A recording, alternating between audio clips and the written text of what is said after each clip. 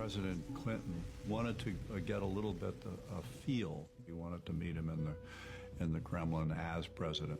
Two presidents, one near the end of his term, the other beginning a new era. Putin was wary of the American president, who had championed the spread of liberalization and democracy in Russia. Putin conveys a huge amount through body language. He tries to show you that he's the alpha male in the room through the way he spreads his legs, through the way he slouches a bit in his chair, through the way that he will look at people and kind of give them a dismissive hand wave. His first meeting with Clinton, he was a cold fish. We had no interest in dealing with Clinton. Clinton felt insulted and rebuffed. Putin didn't want to have anything to do with Clinton. If Mr. Clinton was hoping for a foreign policy triumph, he won't get it here.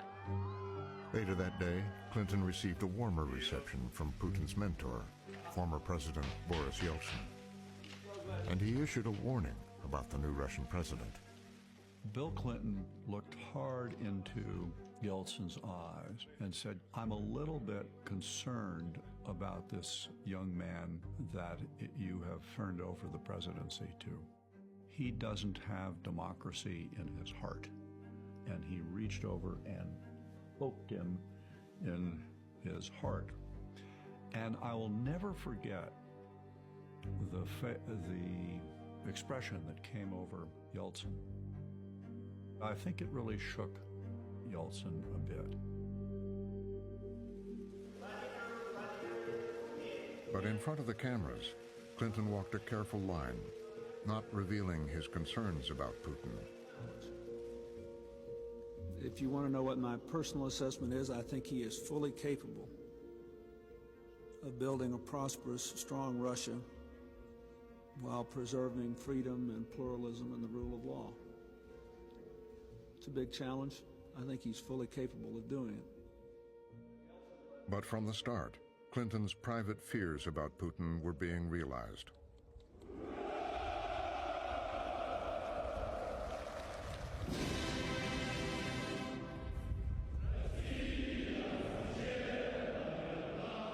From the very beginning, you saw in Putin somebody who didn't have the values of the West.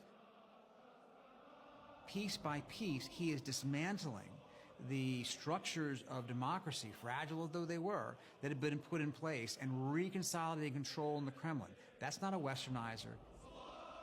That's not a Democrat, small d. That's an old-fashioned Russian autocrat that we saw and should have seen from the very beginning. Literally one of the closest elections in American history. It was the start of a new presidency in the U.S. Electoral votes will go to George W. Bush, the governor of Texas. And the winner had expressed optimism about being able to get along with Putin. Howdy to the new president of the United States. I look forward to working with Mr. Putin and explaining my point of view and my attitude about the post-Cold War era. I'm going to look him right in the eye and say, you're no longer the enemy. And we're not your enemy. Surely we can work together.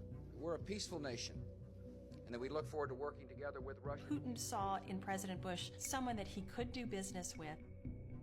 He was seeking a new great power relationship, that President Bush could be a leader who he could work with to redefine the international system.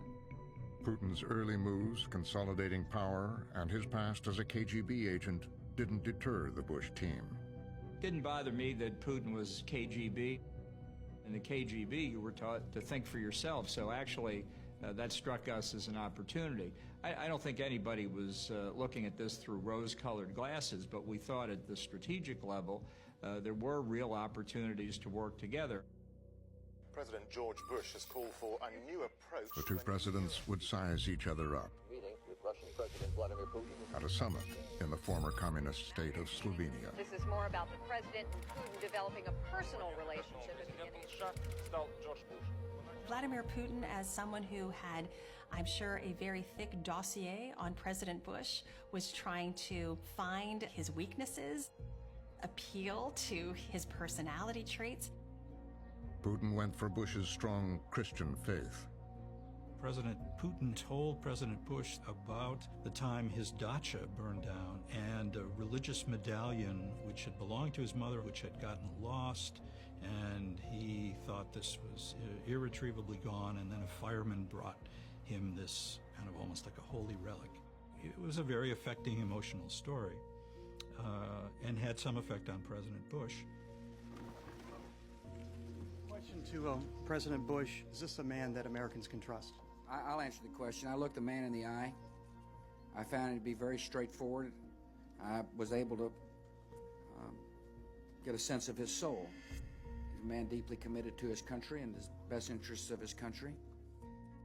And Bush gives that line, right? That I looked into his eyes and got a sense of his soul. And we go, uh-oh. And Condi does her version of not comfortable. She just reacts, just for a second. For the moment, Putin had won over the American president. He was trained not to reveal his soul, to say so, if he has any. His life experience didn't allow him to reveal any inner him, any true him, to any representative of the West. President, thank you. Very good job. West, for him, remains to be the enemy. And the United States, as the leader of the West, is the enemy number one.